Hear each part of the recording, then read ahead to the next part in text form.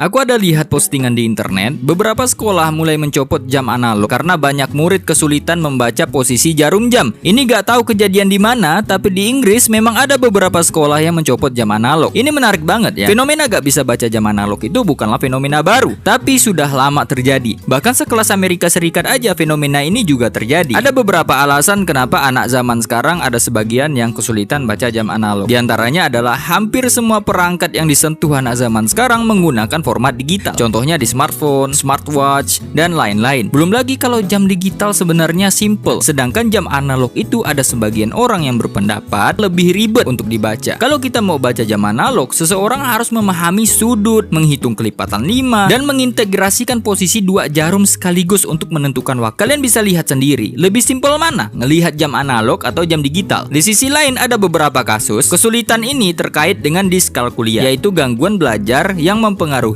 kemampuan memahami angka, berhitung, dan logika matematika. Jadi seperti itu. Kalau menurutku pribadi, ini kalian boleh setuju atau tidak, fenomena ini secara tidak langsung merupakan tanda penurunan kemampuan numerasi. Secara sederhana, penurunan kemampuan numerasi adalah berkurangnya kecakapan seseorang dalam memahami, menggunakan, dan mengkomunikasikan angka serta konsep matematika dalam kehidupan sehari-hari. Contohnya kesulitan baca jam analog tadi. Karena jam analog itu kan sebenarnya melatih konsep matematika seperti sudut, pecahan seperempat atau setengah, dan perkalian 5. Nah masalahnya, kembali ke topik tadi, apakah ini merupakan solusi? Gini, kalau ada anak-anak yang tidak bisa baca jam analog, alih-alih melatih mereka sampai bisa, karena itu adalah keterampilan dasar, alangkah baiknya jangan menyingkirkan jamnya, karena ini bisa dibilang sebagai sikap menyerah terhadap ketidaktahuan. Kalau pakai solusi praktis kayak gini pun, ini ngeri juga. Jika logika ini terus dipakai, standar pendidikan akan turun terus. Anggaplah perumpamaan seperti ini. Jika anak susah belajar menulis, apakah pulpen dan kertas harus dihapus dan diganti voice to text? Jika anak susah menghitung perkalian, apakah metode belajar perkalian itu dihapus dan langsung pakai kalkulator saja? Jika anak susah membaca buku yang tebal, apakah buku itu harus diganti dengan video di YouTube saja? Nah, dalam pendidikan, idealnya siswa didorong untuk naik kelas memenuhi standar. Namun, dengan mengganti jam analog ke digital hanya karena siswa kesulitan baca, justru ini bisa dibilang menurunkan standar agar sesuai dengan keterbatasan siswa, bukan meningkatkan kemampuan siswa tersebut. Jadi gitu ya. Tapi gimana menurut kalian? Mari kita diskusi.